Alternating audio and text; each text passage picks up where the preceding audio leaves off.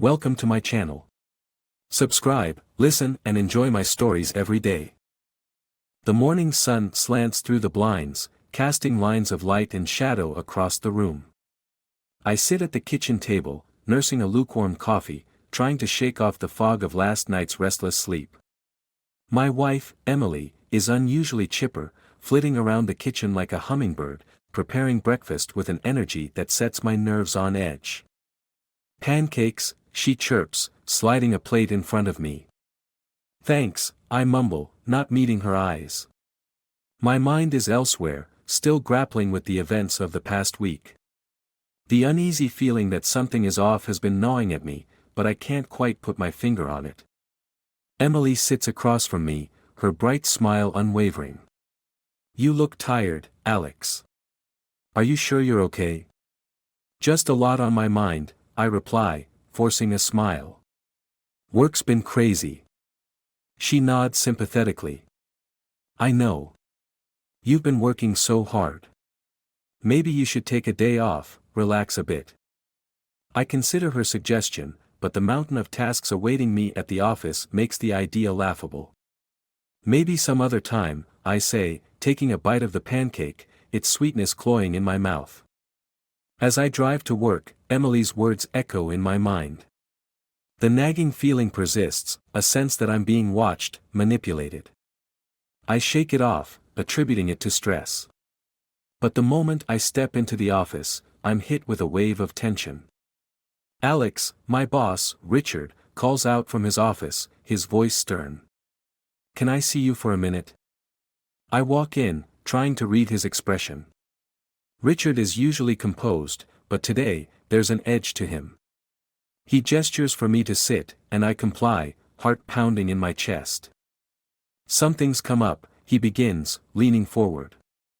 "Important documents have gone missing. Confidential stuff. And," he pauses, pulling out a small evidence bag from his desk drawer. "Inside is my wedding ring." My stomach drops. "That's not possible. I haven't taken it off." "The security cameras tell a different story," he says, eyes boring into mine. "You were seen entering the records room last night." I feel the room spinning. "Richard, I swear, I didn't." "Save it," he snaps. "The evidence is clear. You're suspended, pending investigation." I stumble out of his office, mind racing. This doesn't make sense. I know I didn't take those documents. And my ring? How did it end up there? The rest of the day is a blur. I go through the motions, my thoughts consumed by the accusation. As I drive home, I replay the events over and over, trying to make sense of it. Emily is waiting for me when I walk through the door, her expression a mix of concern and confusion. "You're home early," she says. I collapse onto the couch, burying my face in my hands. "I've been suspended. They think I stole some documents." Her eyes widen. "What? That's insane. Why would they think that?" I pull out the evidence bag, showing her the ring. "This was found at the scene. And the cameras show me entering the records room." She gasps, covering her mouth. "Alex, you didn't." "Of course I didn't." I snap, then soften. "I don't know how this happened." Emily sits beside me, wrapping her arms around me. "We'll figure it out. We'll prove you're innocent." As comforting as her words are, they do little to quell the turmoil inside me. I spend the next few days poring over everything I can think of, trying to find a way to clear my name. But the more I dig, the more trapped I feel. Then, one night, as I sit alone in the darkened living room, a thought strikes me. The security cameras. If they caught me entering the records room, maybe they caught something else too. Something that can prove my innocence. The next morning, I head to the office, determination fueling my every step. I avoid Richard and make my way to the security office. The guard on duty, Paul, is a friend of mine. He looks up, surprised to see me. "Alex, what are you doing here?" I need to see the footage from the night those documents went missing, I say, trying to keep my voice steady. Paul hesitates, then nods. All right. But you didn't hear it from me. We sit in front of the monitors, and Paul pulls up the footage. I watch as the screen shows me entering the records room. My heart sinks, but then I notice something. A shadow moves just outside the frame, someone lingering in the hallway. Can you zoom in on that? I ask, pointing to the shadow. Paul does, and the image sharpens. My breath catches in my throat. It's Emily. She's standing there, watching me. What the hell, I whisper, my mind reeling. Paul looks at me, concern etched on his face. Alex, what's going on? I don't know, I reply, feeling a cold dread settle in my stomach. But I'm going to find out. I leave the office, my thoughts a chaotic whirl. Why was Emily there? What was she doing? I drive home, the questions gnawing at me. When I walk through the door, Emily is in the kitchen, her back to me. Emily, I say, my voice hard. We need to talk. She turns, a smile on her face. Sure, what's up? Why were you at the office the night the documents went missing? Her smile falters. I don't know what you're talking about. I step closer, feeling a surge of anger. Don't lie to me, Emily. I saw the footage. You were there. Her eyes widen, and for a moment, she looks genuinely afraid. Then she straightens, her expression hardening. Fine. I was there. But it's not what you think. Then what is it? I demand. She hesitates, then sighs. I was trying to find something. Something to help you. I narrow my eyes. Help me? By framing me? I didn't frame you, she snaps. I was trying to protect you. There are things you don't know, Alex. Like what? I ask, my patience wearing thin. She looks away, biting her lip. Like the fact that Richard has been blackmailing me. He found out about our affair. The room spins, and I feel like I've been punched in the gut. Affair? With Richard? She nods, tears welling in her eyes. It was a mistake. But he found out, and he threatened to ruin us both if I didn't help him. I feel a cold rage building inside me. So you decided to set me up instead? No. I was trying to find a way out. But it got out of control. She reaches for me, but I step back. Stay away from me, I say, my voice trembling with fury. I trusted you, Emily. Alex, please. Just go, I say, turning away.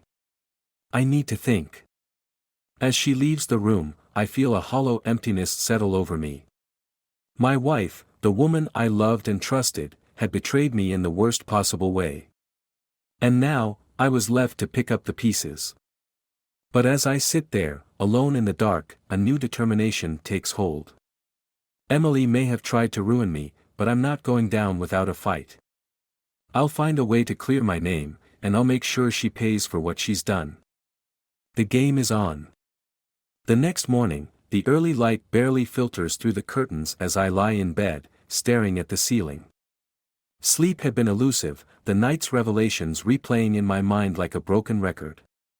Emily is gone, and the house feels emptier than ever. The anger and betrayal churn inside me, driving me to action. I head to the office, my mind racing with plans. The evidence against me is strong, but I have to believe there's a way to expose the truth. As I walk through the familiar halls, I notice the whispers, the sideways glances. News travels fast. I steel myself, determined to stay focused. In my cubicle, I start digging. I scour through old emails, messages, anything that might give me a clue about Richard's blackmailing scheme or Emily's involvement. Hours pass, but I find nothing concrete. Frustration gnaws at me, but I push on. Alex, a voice calls, startling me. I look up to see Rachel, one of my colleagues, standing by my desk. She's always been kind, and her concerned expression offers a glimmer of hope. "Hey, Rachel," I say, trying to sound casual. "Can we talk?" she asks, glancing around nervously. "Sure." I follow her to a quiet corner of the break room. "I heard about what happened," she begins, her voice low. "I don't believe you did it." "Thanks, Rachel. But right now, belief isn't enough. I need proof." She nods, her eyes determined. "I want to help. I've worked with Richard for a long time, and I've seen things. He's not as clean as he pretends to be." My heart races. "What do you know?" She hesitates, then lowers her voice further. "I know he's been involved in some shady deals. He keeps a lot of things off the record. There's a storage unit he uses, away from the office. Do you know where it is?" I ask, trying to keep my excitement in check. She nods. "I can show you." We decide to meet after work.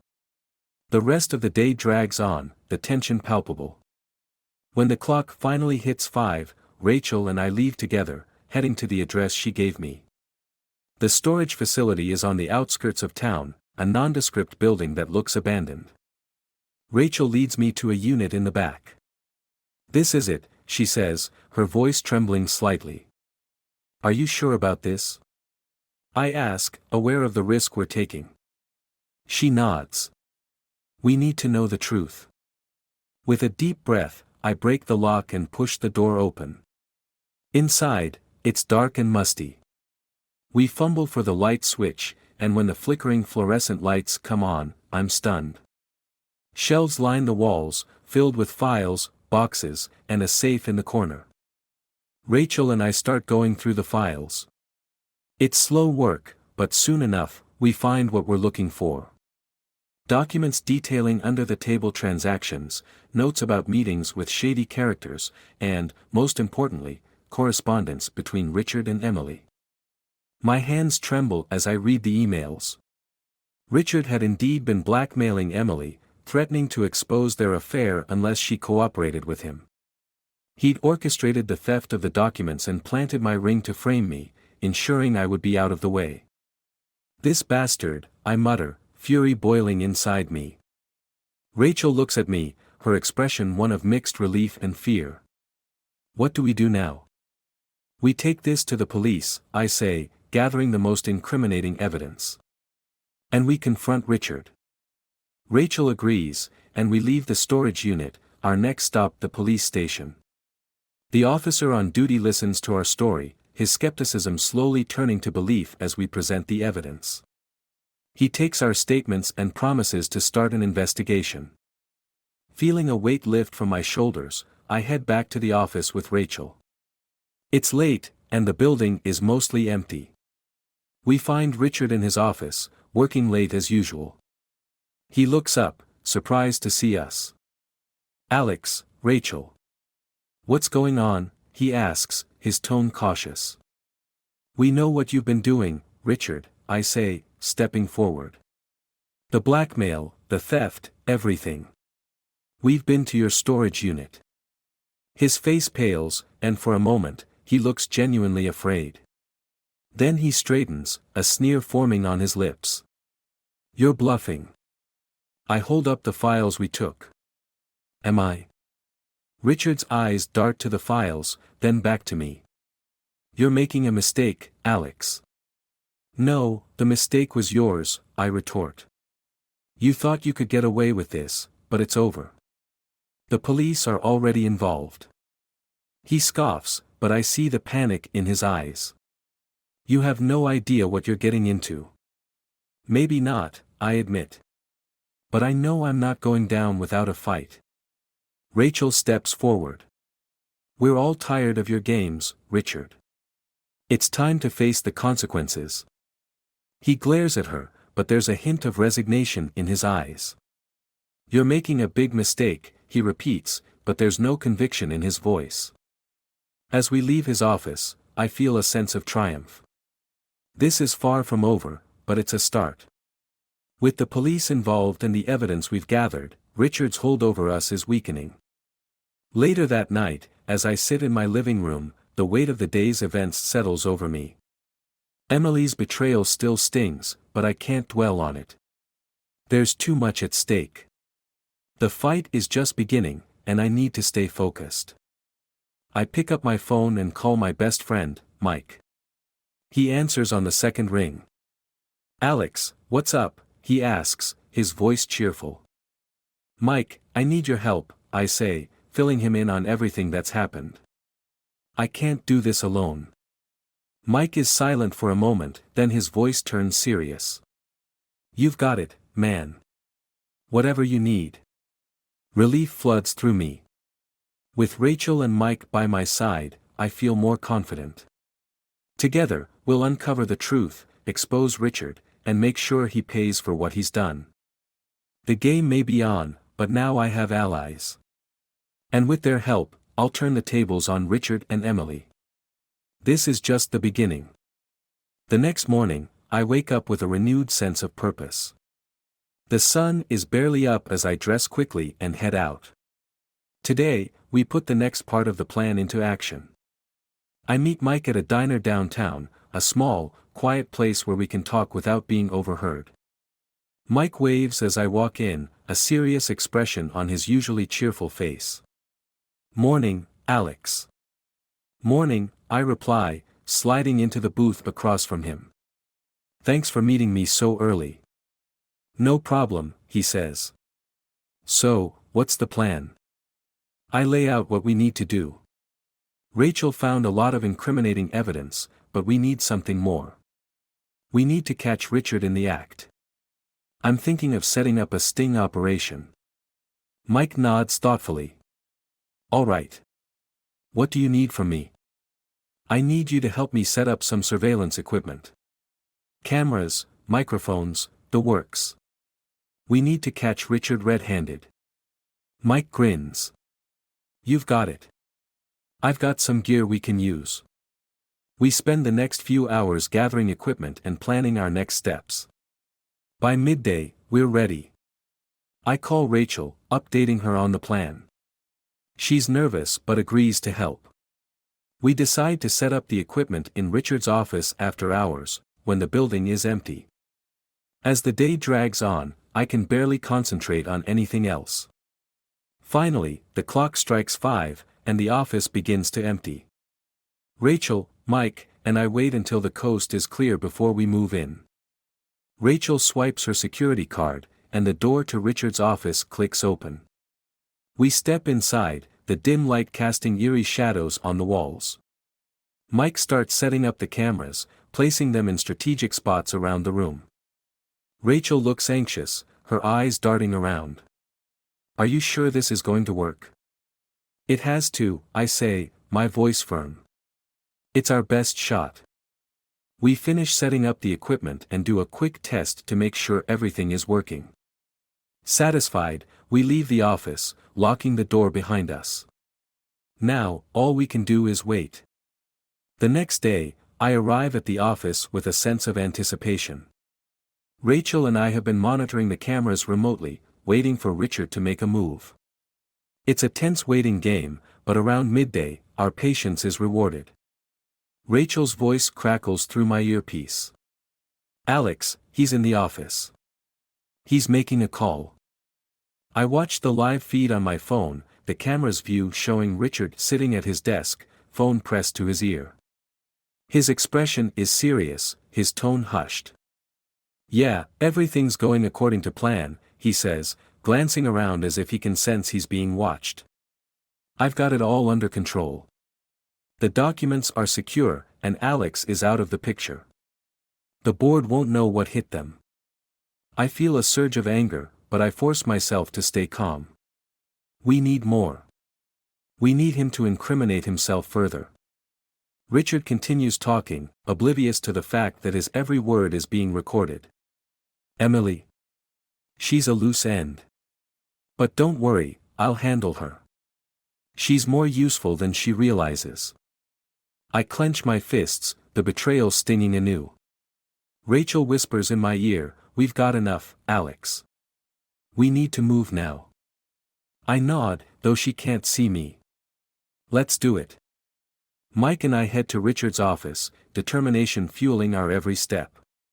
We burst through the door, catching Richard off guard. He looks up, shock and anger flashing across his face. "What the hell is this?" he demands, slamming the phone down. "You're done, Richard," I say, my voice steady. "We have everything. The blackmail, the theft, the plans to ruin the company. It's all recorded." His eyes widen, then narrow in fury. "You think you can take me down? You're nothing, Alex. I own you." "Not anymore," I reply, stepping forward. "The police are on their way. It's over." Richard lunges at me, but Mike steps in, holding him back. "Easy there, boss. Don't make this worse for yourself." Richard struggles, but it's clear he knows he's beaten. "You're making a big mistake," he spits, his voice venomous. "The only mistake was trusting you," I say coldly. Minutes later, the police arrive, taking Richard into custody. As they lead him away, he glares at me. "This isn't over, Alex. You'll regret this." I watch him go, a sense of relief washing over me. It's not over, but it's a start. With Richard out of the way, we can begin to rebuild. The road ahead is still long and uncertain, but for the first time in days, I feel hopeful. That evening, I meet Rachel and Mike at the same diner. We sit in the same booth, the atmosphere lighter than it's been in a long time.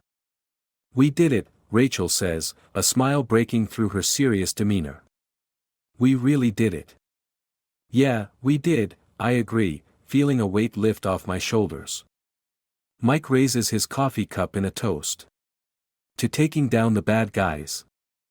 We clink our cups together, a sense of camaraderie binding us. But as I sit there, I can't shake the feeling that there's more to this story. Emily is still out there, and her betrayal still stings. I need to find out why she did what she did. The next few days are a whirlwind. The company begins to stabilize, the board taking swift action to replace Richard and clean up the mess he left behind. I focus on my work, but Emily's absence looms large. One evening, as I'm leaving the office, I see her. She's standing by my car, her expression a mix of sadness and determination.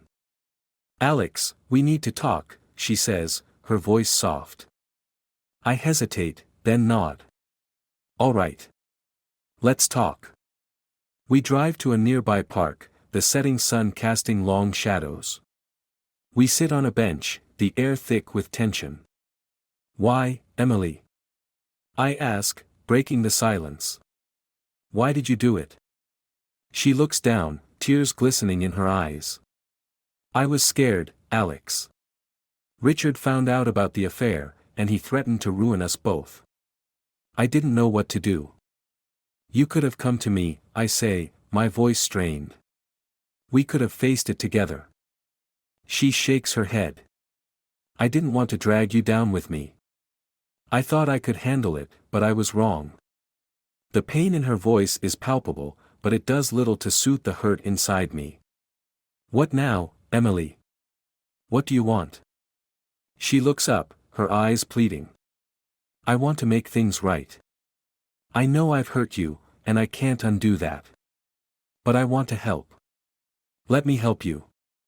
I sigh, the weight of the past few weeks bearing down on me. "It's not that simple. Trust doesn't just come back overnight." "I know," she says, her voice breaking. "But I'm willing to earn it, if you'll let me."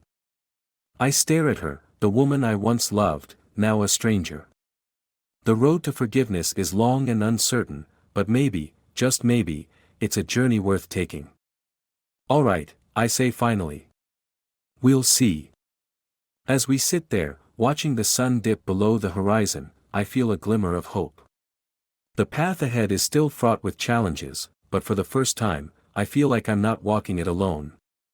And with Rachel, Mike, and even Emily by my side, I'm ready to face whatever comes next. The next few weeks are a blur of activity. With Richard gone and the company stabilizing, I try to focus on rebuilding my life. Emily's presence is a constant reminder of her betrayal, but she's been genuine in her attempts to make amends.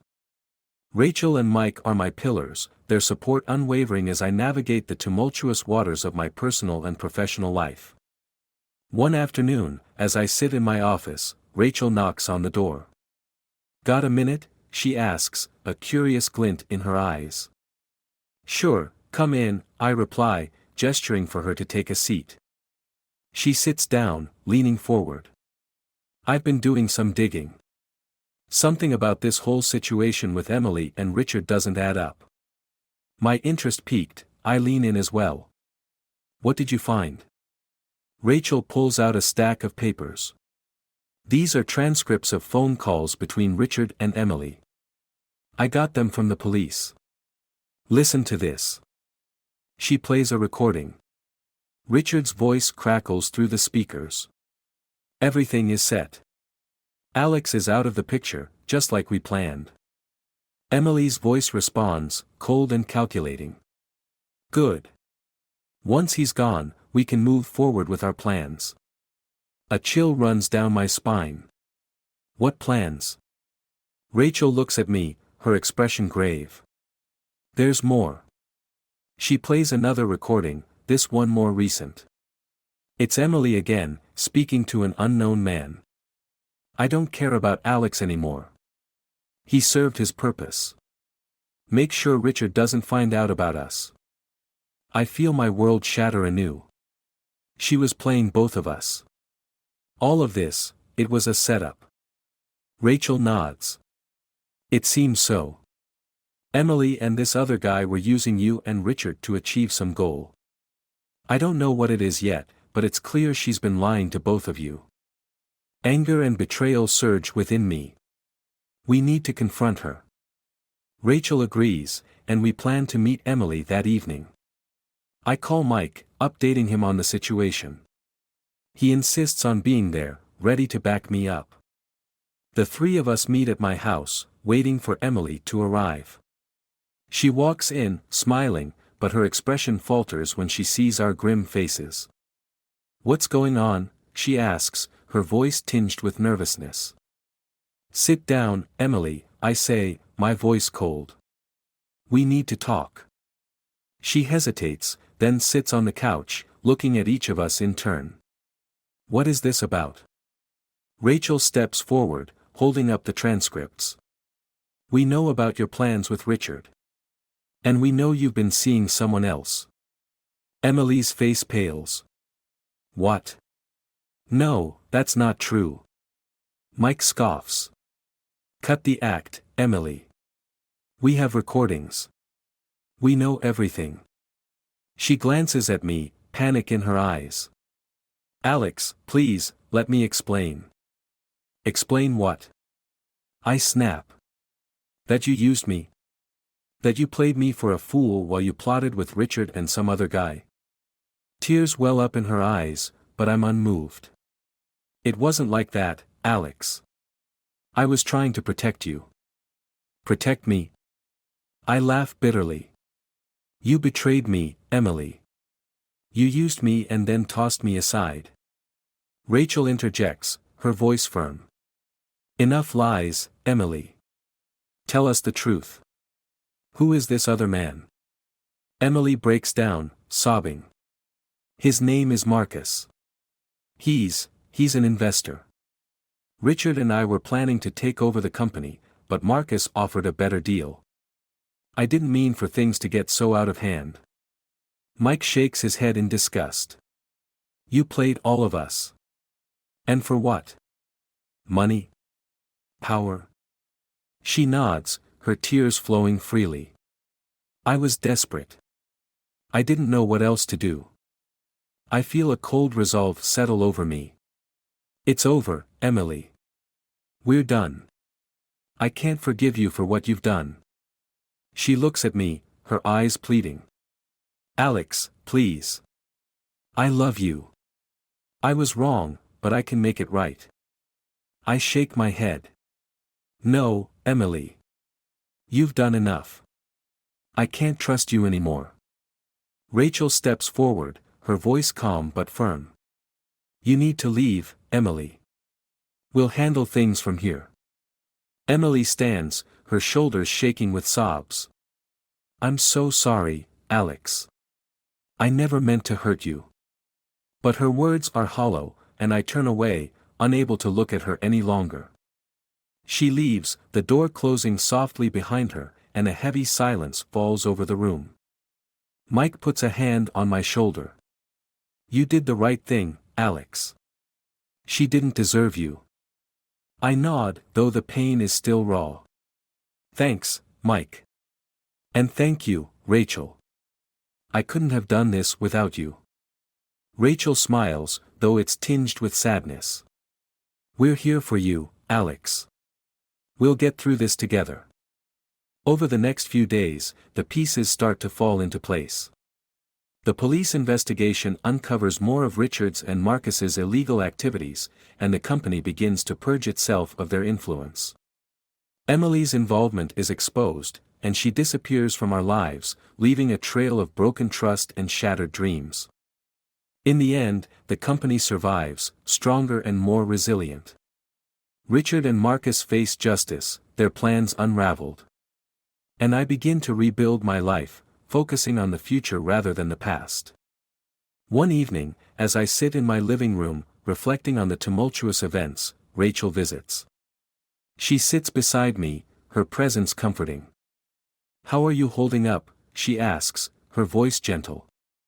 I'm getting there, I reply, managing a small smile. It's been tough, but I'm starting to see the light at the end of the tunnel. She nods, her eyes full of understanding. You've been through a lot, Alex. But you're stronger than you think. Thanks, Rachel, I say, grateful for her support. I couldn't have done this without you and Mike. She smiles, her hand resting on mine. We're your friends, Alex. We'll always be here for you. As we sit together, the weight of the past begins to lift, replaced by a sense of hope and possibility. The road ahead is still uncertain, but with friends like Rachel and Mike by my side, I know I can face whatever comes next. And as for Emily, I realize that some things are better left behind. Her betrayal cut deep, but it also revealed the strength I never knew I had. In the end, I emerge from the ordeal not broken, but stronger, ready to forge a new path forward. The game is over, and I've won my life back.